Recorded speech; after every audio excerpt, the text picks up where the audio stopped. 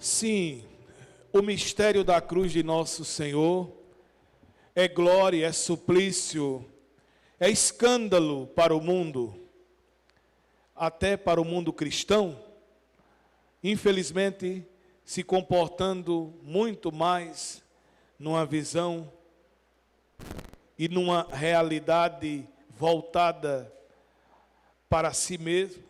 Este mundo olha para a cruz e de fato se escandaliza. Se escandaliza porque observa a loucura, a aparente loucura inacessível de se conceber a linguagem, a mensagem, a compreensão do mistério da cruz de nosso Senhor. E assim se depara numa realidade de insanidade. O mundo sem fé, o mundo da incredulidade olha para o mistério da cruz, para a árvore da cruz, e se depara somente com o escândalo da dor, do abandono, do silêncio, do aparente silêncio de Deus que deixa o seu filho pender no lenho da cruz e se mantém aparentemente impávido, silencioso, indiferente. Essa é de fato a realidade, o modo de interpretar, de ver, de conceber deste mundo. Naquela sexta-feira dolorosa, naquele tempo, naquele estado de dor profunda, a igreja a cada ano faz questão de celebrar esta memória com o tríduo sacro, ou tríduo pascal. E um dos momentos tão aguardado é o momento da celebração da paixão. No momento da adoração da Santa Cruz, quando o diácono, com o crucificado envolvido por um pano, e esse crucificado é desvelado para cumprir aquela profecia que é retomada no Evangelho de João, que fundamenta o acontecimento da cruz, para que todos pudessem contemplá-lo, aquele que, como no Evangelho de hoje, o próprio Jesus toma a passagem do livro dos Números, que nós ouvimos na Santa Missa de hoje, do capítulo 21, versículos 4b a 9, para dizer justamente a necessidade de ser levantado. Ele, como diz o apóstolo Paulo na primeira carta aos Coríntios, no capítulo 15, versículo 22, assim como em Adão todos morreram, assim em Cristo todos reviverão, de que de fato ele deveria ser levantado diante de todos os olhos, para que todos os olhos pudessem contemplá-lo, e uma vez contemplando na cruz, erguido na cruz, aquele que sacramentalmente seria erguido sobre o altar. Outrora, sobre o altar da cruz, agora sacramentalmente, misteriosamente, escondido no sacramento da Eucaristia, este Cristo imolado, de forma cruenta na cruz, incruentamente, imolado e erguido no altar da Eucaristia, para que todos os olhos possam vê-lo, e vendo, vejam a sua salvação, e contemplando a salvação, professem a fé, mantendo nele suas vidas fixas, cientes de que ele é a vida, de que ele é a nossa vida. Sim, meus irmãos e minhas irmãs, só é possível compreender o texto do livro dos Números, se tomarmos como base esta sentença paulina da primeira carta de São Paulo aos Coríntios, no capítulo 15, versículo 22. Adão aparece prefigurado nesta serpente, como efeito desta serpente, como o pecado de Adão e de Eva acabou comunicando para a humanidade a tragédia da morte como resultado, como salário do pecado. E esta realidade de danação e esta realidade de condenação comunicada, herdada por toda a humanidade, assim, para ser o antídoto que de fato poderia romper com este caminho, com esta herança maldita, com esta dívida que tinha sido contraída por Adão e por Eva. Jesus se fez, como disse Paulo na carta aos Filipenses hoje, na segunda leitura, sendo Deus, na condição divina, de natureza divina, se esvaziou, não deixando de ser Deus, se ocultou. A luz que é da glória de Cristo se ocultou em sua natureza humana, semelhante a nossa em tudo. Aquele que é Senhor se fez filho de Adão, um filho de Adão, aquele prefigurado nesta serpente ardente, colocada sobre uma haste, sobre um poste, ardente, o reflexo da glória, e ao mesmo tempo, aqui aparece prefigurada na cultura antiga como uma divindade que era cultuada e que tinha poder de cura. O autor sagrado desejava deixar claro que somente Deus, o Deus de Israel, pode de fato curar. Ele que é o dator da vida, ele que não é o Deus da vida, mas ele que é o Deus que é vida. O Deus que é vida, porque o próprio Jesus se intitula desta forma: eu sou a vida, e a vida verdadeira. E essa vida curou a ferida do pecado, erguido sobre uma haste, erguido diante de todos os olhos, este novo Adão, que se contrapõe à herança maldita do antigo Adão, sanou a nossa ferida, rompeu, nos deu a graça, o poder, a autoridade de romper com o pecado e nos comunicou a vida divina. E essa cura, e esse poder de cura passado, de fato, para todos aqueles que se conectam mediante a profissão de fé, crendo nele, olhando para ele, comunicando suas vidas, unindo suas vidas à vida dele. Esta árvore da cruz, que nos recorda a árvore do paraíso, nos recorda a árvore que detinha a vida, a árvore que pode dar a vida, quando o homem, por orgulho, optou por desobedecer a Deus, rompeu com a vida eterna.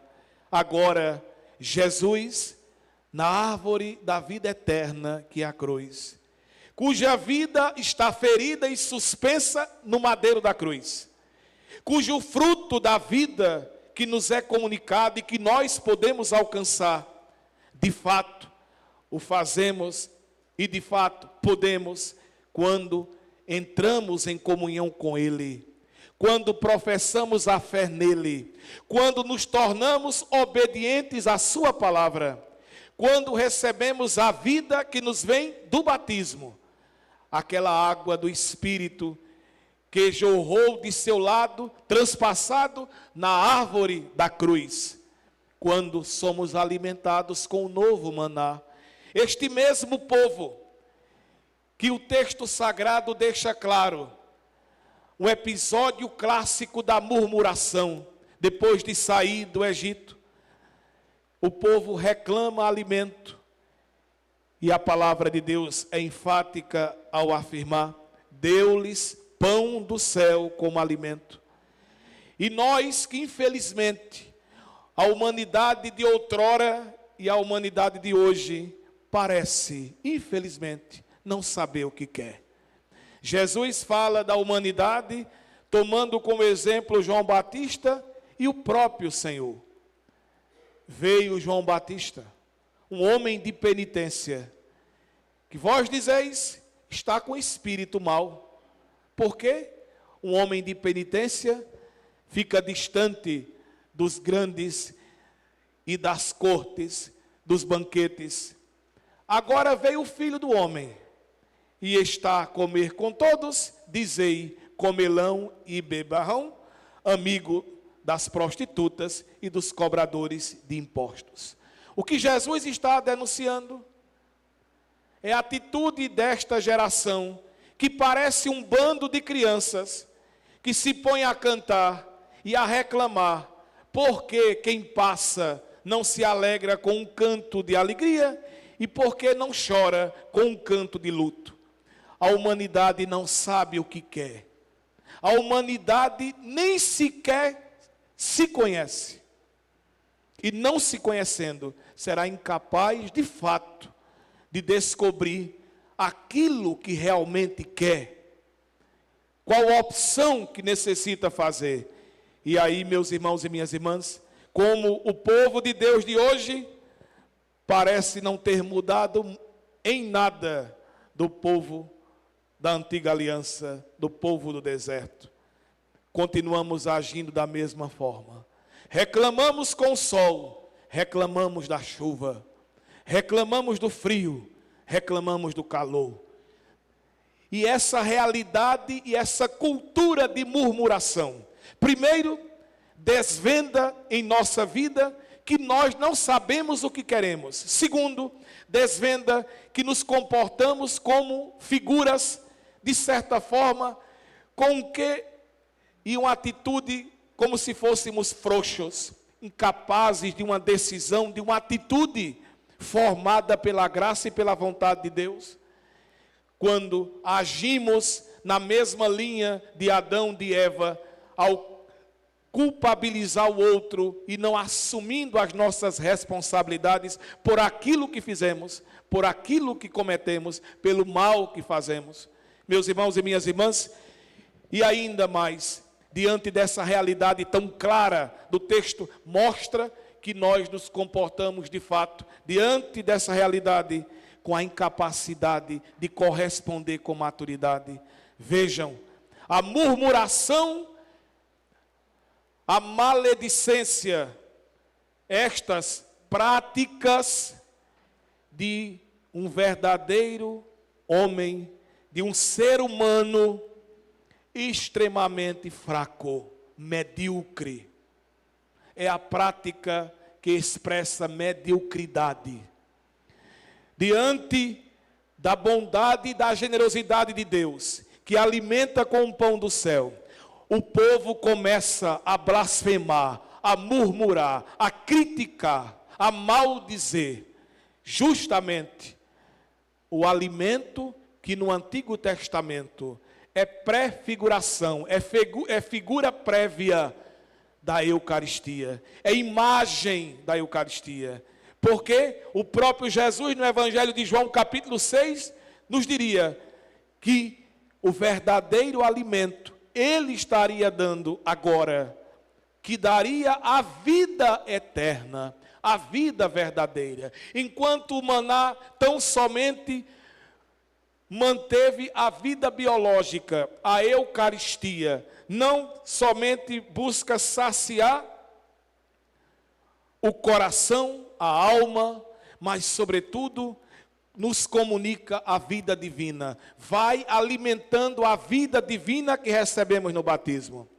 E se outrora murmuramos nos nossos antepassados, como outrora pecamos na atitude de Adão e de Eva, hoje, nos dias atuais, continuamos a murmurar contra a Eucaristia, continuamos a praticar maledicência contra a Eucaristia, quando em nossas comunidades nos esquecemos que a Eucaristia é chamada de comunhão, e se não existe comunhão na nossa vida eclesial, e se rompemos com a comunhão na nossa vida eclesial, com os pastores da igreja, como membros deste corpo místico de Cristo que é a igreja, então estamos, de fato, sendo maledicentes para com este corpo que é comunhão, que está em sintonia com o corpo eucarístico, se não estabeleço comunhão com o corpo místico de Cristo, que é a igreja,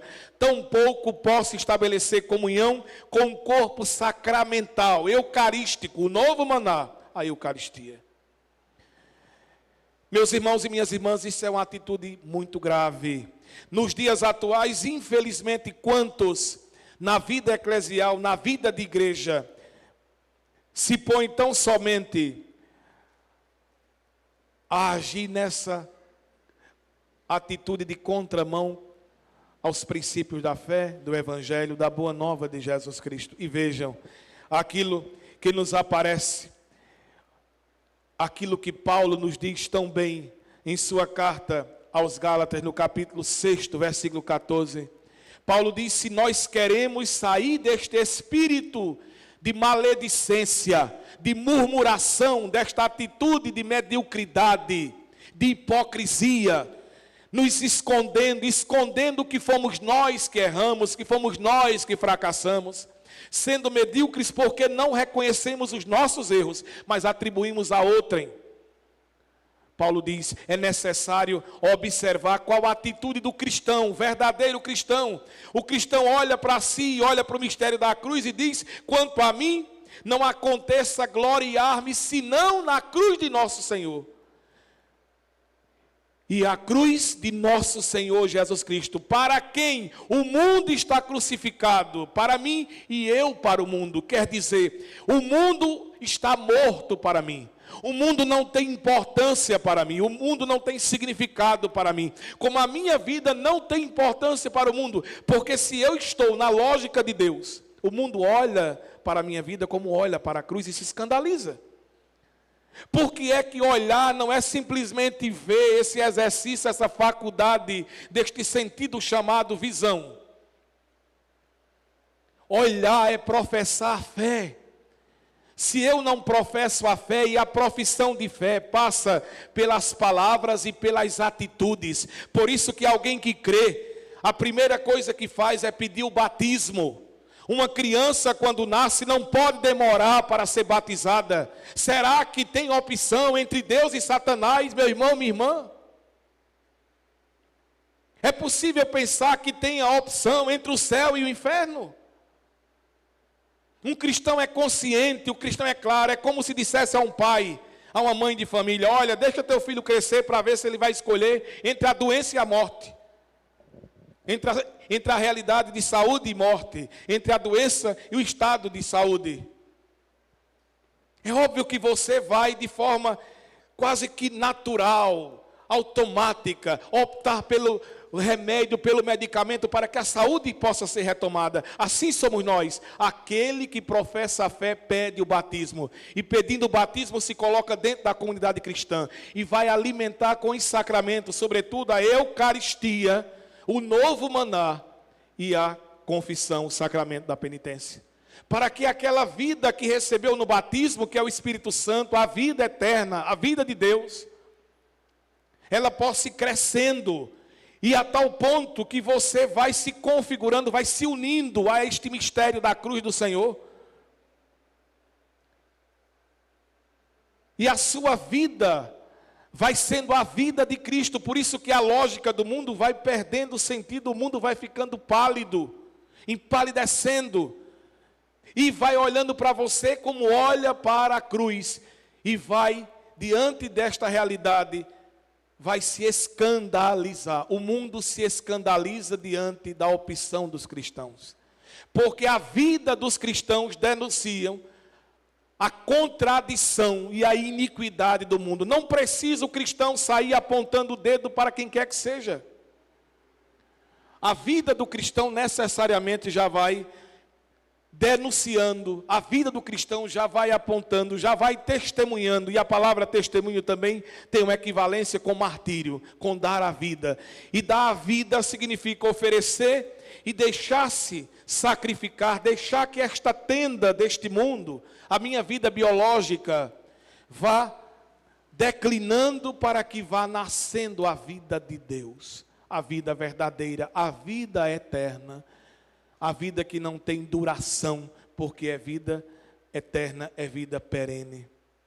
Meus irmãos e minhas irmãs, vejam, Jesus disse, de fato, no capítulo 3 de João, versículo 14, de fato, era necessário, como Moisés levantou outrora aquela serpente era imagem do novo Adão colocado para que todos pudessem professar a fé. E tudo isso vai ser compreendido à luz da ressurreição, porque quando Jesus estiver diante dos discípulos de Emaús, no capítulo 24 de Lucas, versículo 26, ele dirá, não era necessário que todo este caminho de dor, de sofrimento se desse para que o Cristo pudesse entrar na glória. Para nós também é necessário, é indispensável passar pela porta estreita, e passar pela porta estreita significa passar pelo mistério da cruz, assumir o mistério da cruz. Nós meditávamos há alguns domingos sobre esta porta estreita que é a cruz, que não se passa com brincadeira, que não se passa dando risada, que não se passa obtendo benesses, que não se passa obtendo glórias mundanas. Esta cruz, esta porta estreita, só é possível ultrapassar se estivermos dispostos a fazer como Paulo, a sermos atletas. Sim, meus irmãos e minhas irmãs, a ressurreição vai iluminar todo este acontecimento. A ressurreição vai iluminar e nos fazer ver o sentido da cruz. Por que a cruz? Para que a cruz? E nós olhamos para nossas dores, nossos sofrimentos, nossas angústias, nossas e daqueles que amamos, e tantas vezes perguntamos, por quê? Para quê? Porque olhamos para Deus como se estivéssemos compreendendo ou querendo compreender o nosso modo de ver o mundo. É impressionante como tantas vezes olhamos para Deus e querendo julgar as atitudes de Deus, quando na verdade deveria ser o inverso. Pedir a Ele a graça de ver o mundo como Ele vê. Olhar para o mundo com a compreensão e com a luz de sua glória. Por que tanto sofrimento? Por que tanta dor? Qual a razão? Para quê? E aqui fica muito claro, se de fato entramos no mistério da fé. Se cremos, nós iremos perceber, primeiro, a cruz está para nos dizer até onde o pecado pode nos levar. A cruz está da parte de Deus. A cruz foi assumida, carregada, não arrastada, carregada por Jesus, assumida por Ele, como assumindo a nossa dívida. Esta cruz está para o Cristo, nosso amado Salvador, para nos dizer até onde Deus pode ir na nossa vida, para nos provar o quanto Ele nos ama. Até onde vai o amor de Deus por cada um de nós. Meus irmãos e minhas irmãs, vamos pedir hoje a Nossa Senhora das Dores a graça de contemplar este mistério com fé. Porque se não for com a faculdade da fé, que nos faz buscar a esperança do céu, que gera no nosso coração o amor, a caridade de Cristo, que é um dom do Espírito de Deus. Na hora da dor, do sofrimento, da enfermidade, cairemos na rocha, ou através da rocha, tropeçaremos no escândalo e acabaremos incrédulos. Sem a fé não é possível contemplar a cruz, professar a cruz no Senhor. Só é possível compreender o mistério da cruz à luz da fé no Cristo. Vamos pedir a Nossa Senhora, ela que tão bem assimilou, ela que entendeu que a cruz não é o ponto de chegada, mas é a ponte necessária, incondicional, indispensável, para se chegar ao estado da glória de Deus. Ela que viveu na serenidade da fé, crendo que era impossível que a cruz fosse a última palavra de Deus para o mundo. A cruz não é a última palavra, mas na cruz nós encontramos a paz que o mundo não pode dar. A paz que vem mediante a fé, que não é a ausência de conflitos. A paz como um estado de comunhão com Deus, que nos faz romper com a rebelião, com a incredulidade, com a maledicência, com a murmuração, e nos faz caminhar seguros, com os olhos voltados no Cristo. Que Nossa Senhora das Dores nos acompanhe com a sua proteção, com seu amparo, com a sua ternura. Nós vos adoramos e vos bendizemos, amado Senhor Jesus Cristo, porque pela vossa santa cruz remistes o mundo. Creio